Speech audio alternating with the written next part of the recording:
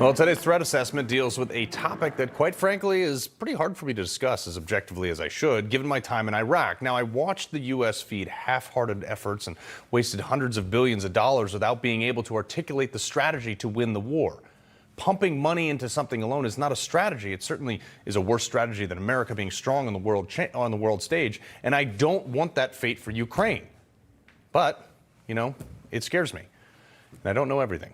That said, when Europe's largest nuclear power plant may be in peril, we got to dig into this and potentially provide resources. Today's explosion that leveled a major dam in southern Ukraine did a number of things. One, it in Russian-held territory. Two, it compromised cooling ponds for the Zaporizhzhia Nuclear Power Plant. And three, it displaced thousands of people as it washed out entire cities. Now, this all happened in the first days of the Ukrainian counteroffensive, where we now have breaking news that intense fighting is underway south of Zaporizhzhia. This is where Ukrainian forces are actually on the attack. But could this further complicate the possibility of a nuclear meltdown? Something that could be worse than Chernobyl? It's far bigger. Well, joining me now to get some answers, Ryan McBeth, an open source intelligence analyst. Ryan, this is like, look, you can talk about the counteroffensive all day, but the fact that this may have triggered, whatever the actions are, triggered the catalyst for instability, we'll call it right now, is how big a danger is this? It's always a concern when you're dealing with a nuclear plant in an active combat zone. However, this particular nuclear plant has something called a cooling pond that is about 4 miles square. This cooling pond is the size of my hometown growing up. They know how to run these reactors. Right now, they're in a cold shutdown, although I believe 2 of the reactors may be in what's called a hot shutdown, which allows them to use the reactors to generate power to operate the plant. So the reactors should be good. They know what they're doing with this. The main concern is any errant shells or rockets that might hit these buildings. Well, that was the bigger thing when they moved in on Chernobyl. And I went over there and I walked into the Chernobyl areas where the Russians had actually fired at a nuclear storage facility, which to me is bizarre. But the head of the International Atomic Energy commented on the potential safety risk for the Russian nuclear power plant. Look at this.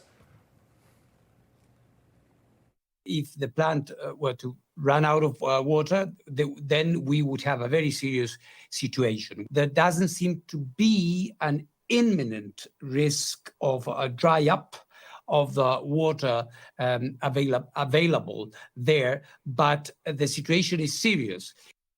So I feel like everybody on any side of anything can get together and be like, all right, we may hate each other, we may be fighting over territory, but let's just not shoot at the nuclear reactor.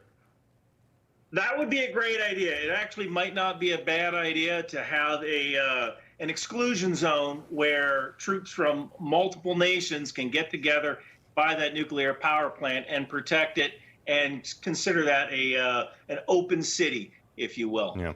I got to ask you about the offensive. Do you know anything about the Ukrainians making any progress? Are they getting pushed back by the Russians? It's right there north of the Crimea Peninsula right now, so they're in it. Absolutely. It's certainly, I am so impressed with the Ukrainian military. Their operational security has been fantastic.